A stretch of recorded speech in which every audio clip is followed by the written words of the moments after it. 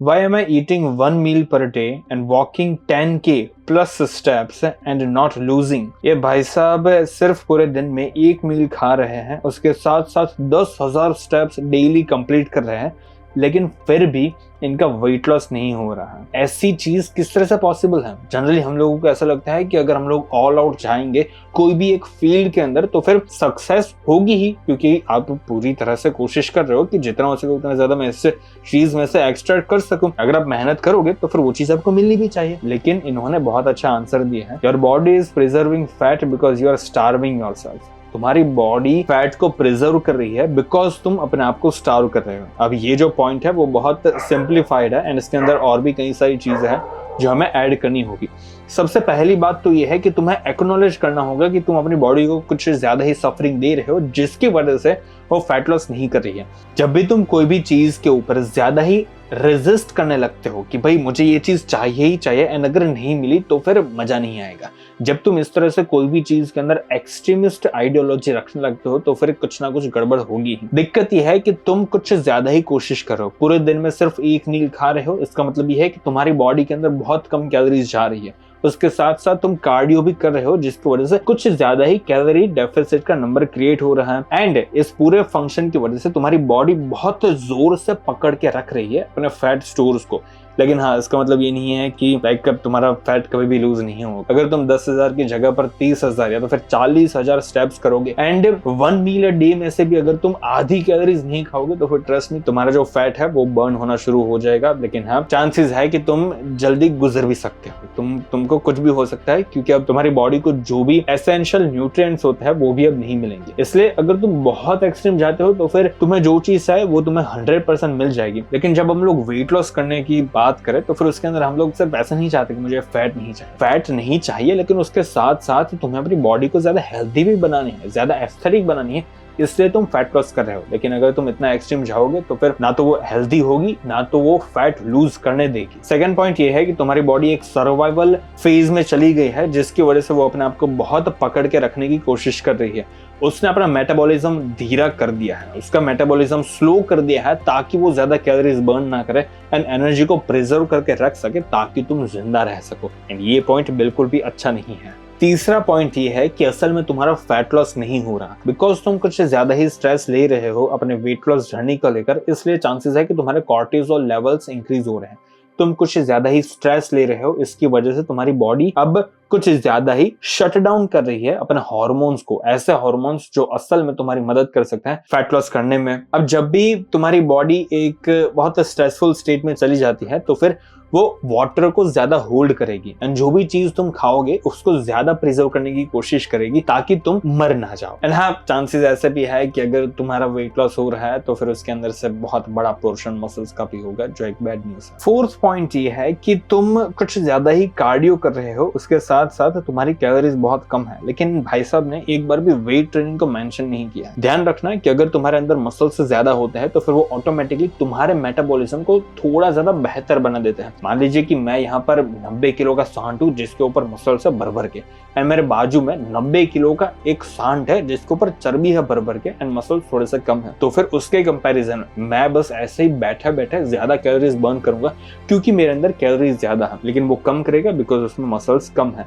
इसी तरह से अगर तुम भी ज्यादा ध्यान मसल बिल्डिंग के ऊपर दोगे तो फिर ऑटोमेटिकली तुम्हारा जो मेटाबॉलिज्म है वो ज्यादा हेल्दी लेवल पर आ जाएगा एंड तुम्हारी फैट लॉस जर्नी थोड़ी ज्यादा आसान हो सकती है। एंड हाँ, मसल बिल्डिंग करने के लिए तुम्हें प्रोटीन टेक भी थोड़ा इंक्रीज करना होगा। इसलिए ये जो तुम 1 मील अ डे का डाइट प्लान फॉलो कर रहे हो उसके अंदर तुम्हें थोड़ा ज्यादा प्रोटीन ऐड करना होगा, जो अगेन हेल्पफुल रहेगा मसल्स को प्रिवेंट करने के लिए एंड फैट लॉस को एंकरेज करने के लिए। फिफ्थ पॉइंट थोड़ा सा आपको अजीब लगने वाला है, लेकिन अगर आप बहुत कम खाओगे तो फिर उसकी वजह से आपका फैट लॉस नहीं होगा। हाँ, ये चीज मुझे बोलनी होगी। सुनने में बहुत अजीब सा लग रहा है, लेकिन आप डायरेक्टली बहुत कम कैलोरीज नहीं खा सकते। एंड ओमैड एक बहुत अजीब सा डाइट है जो हर कोई फॉलो भी नहीं कर सकता, लेकिन अगर तुम करते हो तो फिर चांसेस है कि तुमने अपनी कैलोरीज को बहुत कम कर दिया है जो अगेन फैट लॉस के लिए सबसे अच्छा नहीं है, क्योंकि आपका मेटाबॉलिज्म लो हो जाएगा। इसको ठीक करने के लिए तुम कोशिश करना कि वापस से जो नॉर्मल डाइट है, जो लाइक पूरे दिन के अंदर ब्रेकफास्ट करते हैं, lunch, evening snack and dinner, इस तरह से 4-5 मील पूरे दिन के अंदर खाना, ताकि तुम्हारा मेटाबॉलिज्म भी वापस से ठीक हो जाए, तुम्हें पूरे दिन के अंदर ज्यादा एनर्जेटिक फील हो। जब तुम बोलो तो फिर उसके अंदर भी तुम पहले के कंपैरिजन में ज्यादा कैलोरीज बर्न करो, अपने हाथों को हिलाकर तुम बोलो ताकि उससे भी ज्यादा कैलोरीज बर्न हो। ऐसी सारी चीजें तुम्हें करनी होगी। तुम्हें अपने डाइट के अंदर प्रोटीन ऐड करना होगा ताकि तुम्हारे मसल्स बचे एंड मसल्स मेटाबॉलिज्म को ठीक करेंगे। एंड लास्ट चीज ये है कि जब भी तुम फैट लॉस जर्नी पर आते हो तो फिर एक ऐसा पॉइंट आएगा, एक तो नहीं लेकिन 2-3 पॉइंट्स भी ऐसे आ सकते हैं कि वहां पर जाकर तुम्हारा जो बॉडी फैट परसेंटेज है वो और कम नहीं होगा, और अगर होगा तो फिर तुम्हें बहुत ज्यादा मेहनत करनी होगी, क्योंकि तुम्हारे एक जेनेटिक लिमिट आ चुकी है। हर किसी की एक जेनेटिक लिमिट होती है। फॉर एग्जांपल मान लीजिए कि पर्सन ए की जेनेटिक लिमिट 10% है एंड उसने शुरुआत की है 20% से, सो वो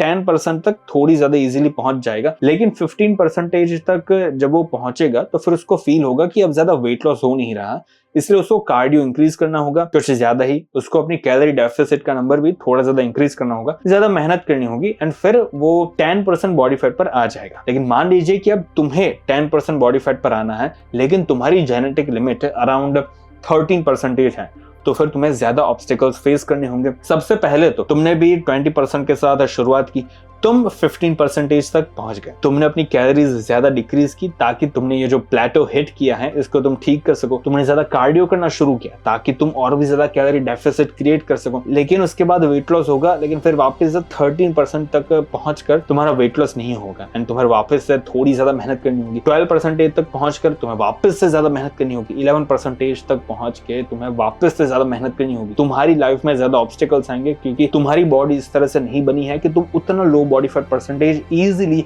ईयर अराउंड मेंटेन कर सको। मेरी बॉडी ऐसी है कि मैं पूरे साल 11 से 12% बॉडी फैट इजीली मेंटेन कर सकता हूँ, मुझे उसमें लिटरली कुछ प्रॉब्लम नहीं आती। लेकिन हर कोई ऐसा नहीं होता, हर किसी की बॉडी अलग अलग होती है, इसलिए हमें इस फैक्ट को एक्नॉलेज करना होगा। जस्ट बिकॉज तुम्हें ज्यादा मेहनत करनी पड़ती है इसका मतलब ये नहीं है कि तुम कभी भी वेट लॉस नहीं कर पाओगे। तुम कर पाओगे, लेकिन तुम्हें ज्यादा मेहनत करनी होगी एंड उसके बाद तुम्हें एक्सेप्ट करना होगा कि 10% शायद इतना अच्छा नंबर नहीं है, शायद तुम्हें 13 या तो फिर 14% बॉडी फैट पर घूमना होगा पूरे साल, ताकि तुम ज्यादा अच्छा फील करो एंड तुम्हें ज्यादा खाना मिले ताकि तुम जिंदा रह सको। एंड उसके साथ साथ तुम्हें कार्डियो तो करना ही होगा। लेकिन हाँ, अगर तुम इस फैक्ट को एक्सेप्ट कर लोगे कि तुम्हें इतना लो बॉडी फैट परसेंटेज मेंटेन करने की जरूरत नहीं है, पूरे साल में 1-2 महीने कर लिया ठीक है, लेकिन उसके बाद तुम वापस से 14-15% तक पहुंच जाओगे एंड उसी चीज को अगर तुम मेंटेन करोगे तो फिर वो तुम्हारी मेंटल एंड फिजिकल हेल्थ के लिए ज्यादा बेहतर रहेगा। एंड अगर तुम्हें फैट लॉस करना है, अगर तुम भी एक स्किनी फैट लड़के हो जिसकी बैली पर तो फैट है लेकिन बाकी के शरीर पर इतना ज्यादा फैट नहीं है, जिम करते हो लेकिन फिर भी बॉडी में ज्यादा मसल्स दिखते नहीं है, बॉडी इतनी हार्ड नहीं दिखती, इन सारी चीजों को फिक्स करने के लिए तुम्हें अपने स्ट्रक्चर को चेंज करना होगा। एंड स्ट्रक्चर के बारे में मैंने अच्छे से बातचीत की है the skinny fat escape blueprint के अंदर। अगर तुमने उस कोर्स को अभी तक चेकआउट नहीं किया है तो फिर अब भी जाकर देख लेना,